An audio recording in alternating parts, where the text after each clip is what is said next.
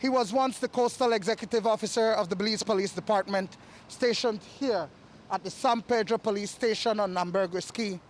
But in the wee hours of today, Superintendent Henry Jamot was fatally shot to the head while socializing in front of a beach resort south of the town. Mr. Jamot and a female were socializing on a pier somewhere in San Pedro. This was after 12:30 a.m. thereabout, which would be during curfew time, when one single gunshot was heard. And upon investigating, police found the female on a pier, and she had what appeared to be blood on her arms and on her clothing.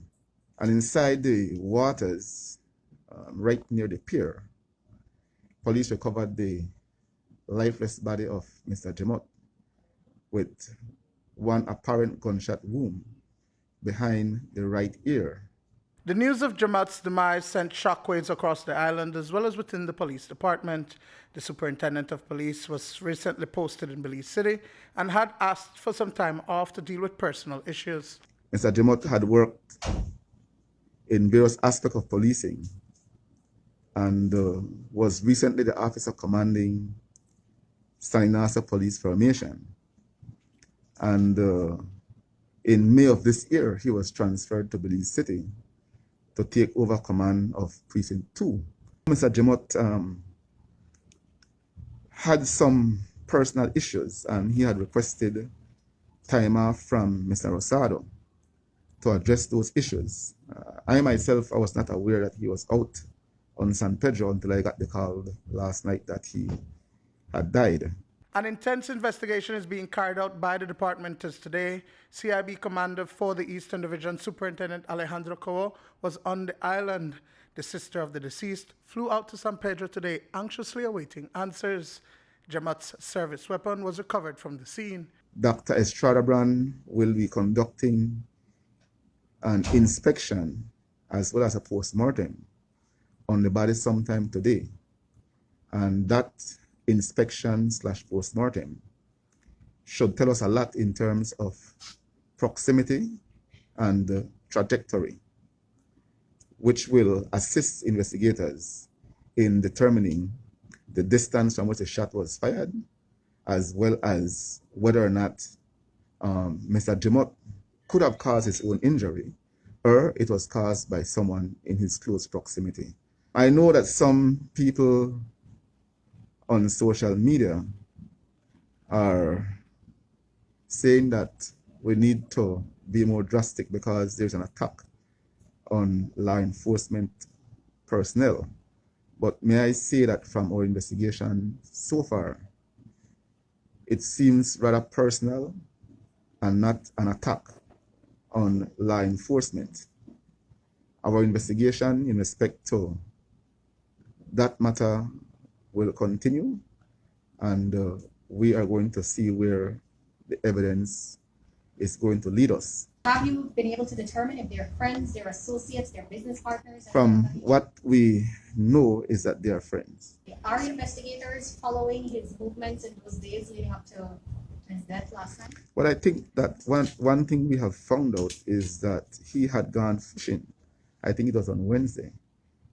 He spoke to one of his squad brother, Mr. Rivero, and according to Mr. Rivero, Jamot was boasting about his fishing trip and the fishes that he caught. So it is evident that he might have gone out at sea fishing on Wednesday. San Pedro Mayor Wally Nunes told News 5 that he knew Jamot well. It is very unfortunate. Our island suffers from news like that because we depend on the tourists. And it is very unfortunate to hear the news this morning. I personally knew Mr. Henry Jamot when he was officer in charge here on the island. I was a counselor back then in 2012, and I personally knew him. He was a very good friend of mine. And so this news really shocked me this morning. The San Pedro Town Council is offering the full support to the police department to further the investigation. We don't know exactly what transpired, and we are hoping to get to the bottom of this. One person, a woman who is well known on the island, is in police custody pending the outcome of the investigation. She is being investigated in respect to the shooting death of Mr. Jemot. I think that her attorneys are out on the island and should be meeting with her, and we'll see from there if we'll get any cooperation from her. Someone is responsible for his death. We owe it to him to ensure that we investigate properly and bring that person or those persons to justice. I can emphatically state that I have not received any calls from anybody above me directing that we deal with the matter in one way or the other. As a commissioner, it is my duty to brief the Prime Minister and to brief my minister. I briefed both of them this morning on the matter, and both of them said that we must investigate the matter and the chips may fall where they may. Sir, have authorities considered accidental? That's an avenue we're also looking at. We have to look at every possibility. Duane Moody for News 5.